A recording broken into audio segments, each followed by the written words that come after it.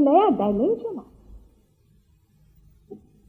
पर थोड़ा सा देखना पड़ता है, अपना साक्षी स्वरूपत्व दिखाना पड़ता है। जैसे कि एक बात हम समझा कि अगर पानी में लहरें उठ रही हैं और लहरों पे नाव चल रही, लेकिन आप अगर पानी में हैं तो आप लहरों से डर भी रहे हैं और उसको लड़ भी रहे हैं, लेकिन आप नाव में बैठ गए तो दोनों चीज आप देख रहे हैं। लेकिन जब तक नाव में बैठते तब तक जरा डगमग डगमग होता है। अब कहेंगे कब स्थिर होता है? जब आप स्थिर हो गए तब स्थिर हो गए, जब आपको स्थिरता आ गई तब स्थिर हो गए। सहज योग में कुछ लोग, बहुत से लोग पार हुए तो हो गए, बहुत से लोग होते हैं फिर गिर जाते, और बहुत से लोग काफी फिर से जैसे थे हो जाते हैं, लेकिन तो भी उनकी जागृति जाती नहीं, फिर से आ जाते, फिर मैं साल भर बाद आते, फिर ठीक हो जाते। कोई तो इसमें तूफान मेल है और कोई मालगाड़ी भी है। अब ये तो आप पर निर्भर है, आप क्या बनना चाहते हैं। हाँ कहो बेटा। अच्छा एक आदमी, अच्छा वो पहले खड़े हो, उससे बात फिर आप। हाँ बोलो। हाँ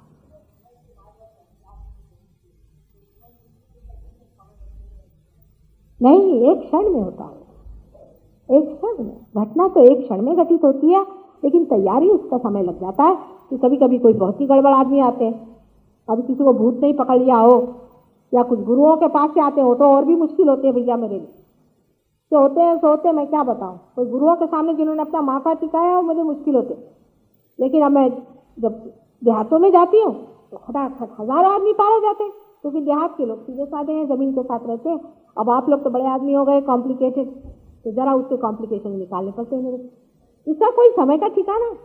तुम ही बताओ।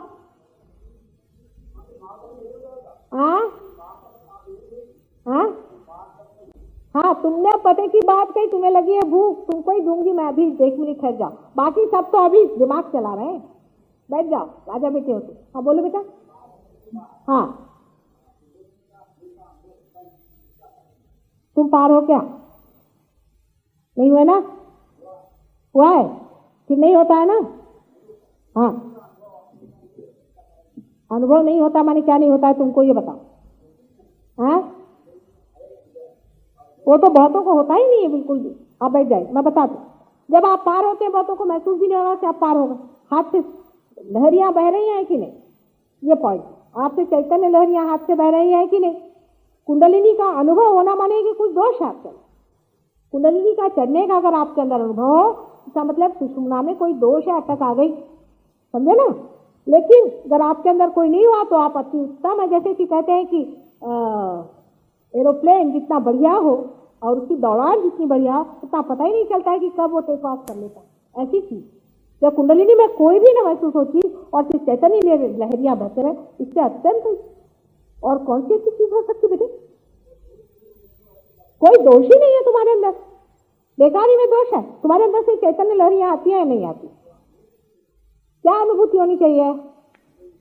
क्या होती है कुंडलिनी की अनुभूति? हाथ में से चक्को आते हैं कि नहीं, तुम्हारे बहते हैं कि नहीं, बस ठीक है। और क्या चाहिए? अब क्या इनको यहाँ बीमारी होनी चाहिए? अनुभव बेटा यही होता है। इससे अनुभव का मतलब है कि तुम दूसरों को रियलाइजेशन दे सकते हो, दूसरों को जागरूक कर सकते हो, निर्विचारिता में जा सकते हो, तुम्हारी तबीयत ठीक हो जाती है, तुम्हारा मन ठीक हो जाता है, बुद्धि ठीक हो जाती है। अब अनुभव का मतलब किताब में लिखा हुआ है कि आप मेंढक के जैसे कूदिए, उसे मैं क्या करूं? हमेशा होता है बेटे, अगर तुम उसको मेंटेन करो।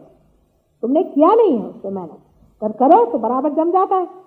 ऐसे तो यहाँ तुम एक हो, यहाँ अनेक है जिनसे हो गया, तो तुम्हें कोई दोष होगा? आकर के हमको पूछना चाहिए पर्सनली। पर पार हो गए तो पूछना चाहिए कि माँ ये बात है, हम बता देंगे, कोई ना कोई दोष हो सकता है। हाँ कहिए।